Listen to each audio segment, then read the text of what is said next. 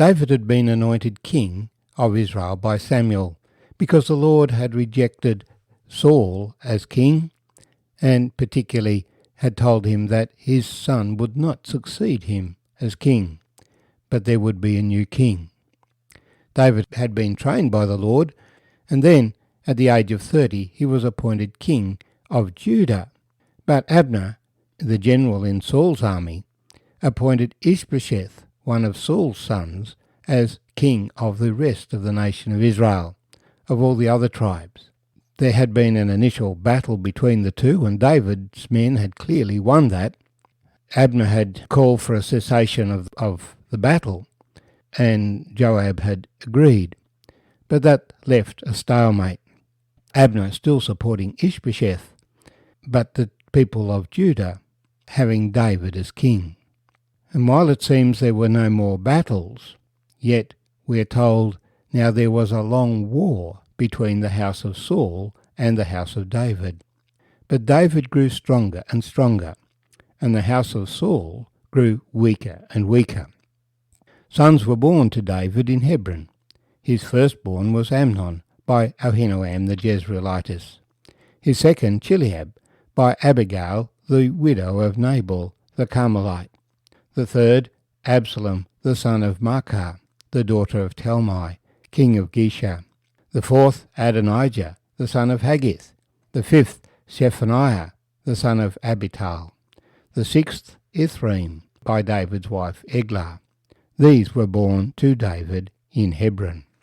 Now it was so, while there was war between the house of Saul and the house of David, that Abner was strengthening his hold on the house of Saul. And Saul had a concubine whose name was Rizpah, the daughter of Ai. So Ishbosheth said to Abner, "Why have you gone in to my father's concubine?" Then Abner became very angry at the words of Ishbosheth and said, "Am I a dog's head that belongs to Judah?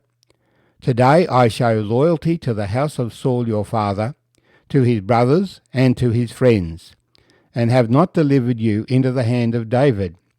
And you charge me today with a fault concerning this woman. May God do so to Abner and more also, if I do not do for David as the Lord has sworn to him, to transfer the kingdom from the house of Saul and set up the throne of David over Israel and over Judah, from Dan to Beersheba." And he could not answer Abner another word, because he feared him. Then Abner sent messengers on his behalf to David, saying, "Whose is the land?" Saying also, "Make a covenant with me, and indeed my hand shall be with you to bring all Israel to you." And David said, "Good, I will make a covenant with you. But one thing I require of you. You shall not see my face unless you first bring Michal, Saul's daughter. Then you shall see my face." So David sent messengers to Ishbosheth, Saul's son, saying, "Give me my wife, Michal, whom I betrothed to myself for 100 foreskins of the Philistines." And Ishbosheth sent and took her from her husband, from Paltiel, the son of Laish.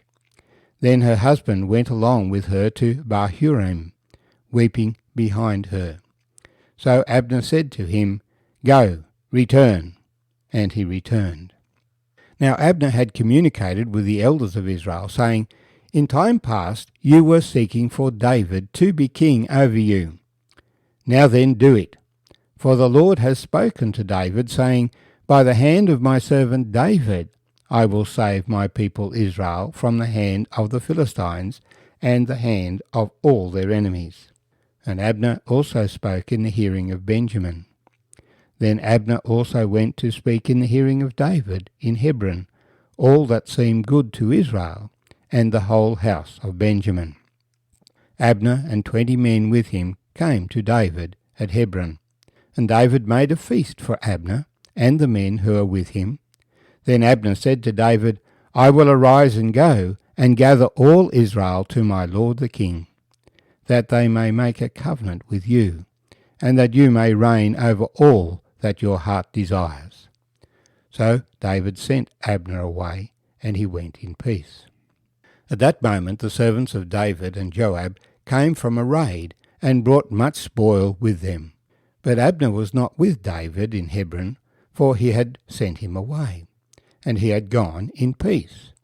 When Joab and all the troops that were with him had come, they told Joab, saying, Abner the son of Ner came to the king, and he sent him away, and he has gone in peace.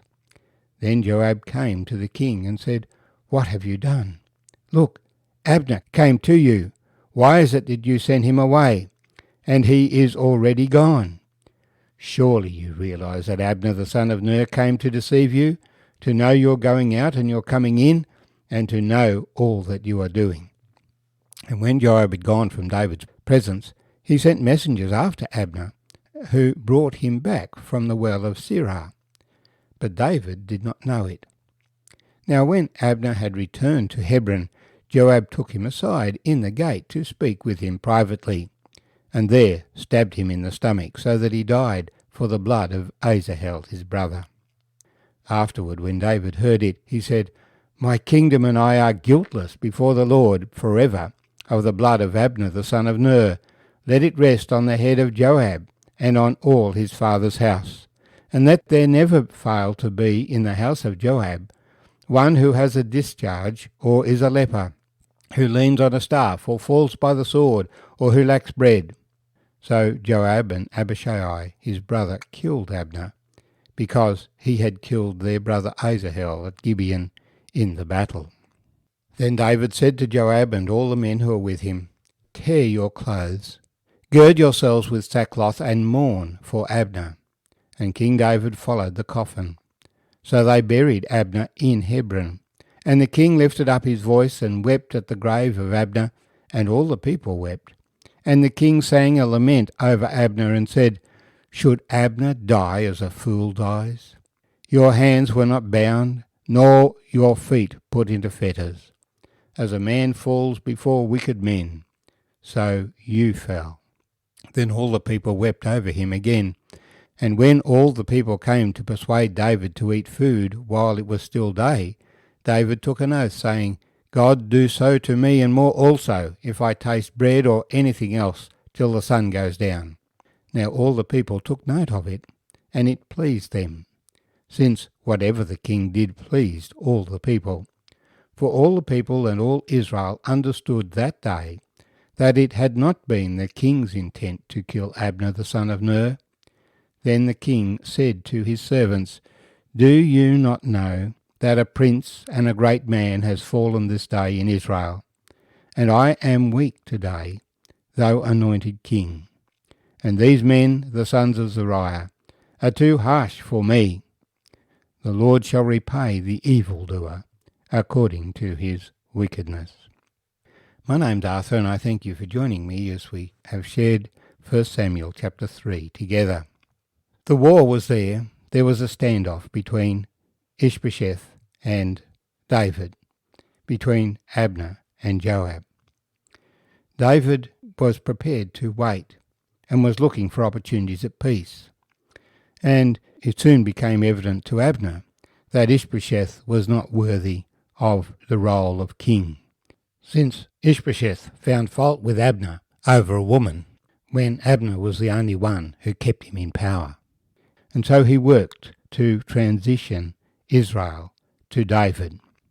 And having convinced the elders of Israel, he comes to meet David. But Joab, a man of violence, kills him. David's response is such that the peace process is not derailed, for he honours Abner. Abner was indeed a great leader in Israel, one whom David respected and honoured, and David disowns the actions of Joab in murdering him. I'm reminded of the situation that God has appointed Lucifer with certain responsibilities in this world, but Lucifer, better known as Satan, is still subject to God, but he often acts outside of the mind of God, just as Joab acted outside of the mind of David. David had 6 sons born while he was king in Hebron. 3 will die before David dies, and none will succeed him as king.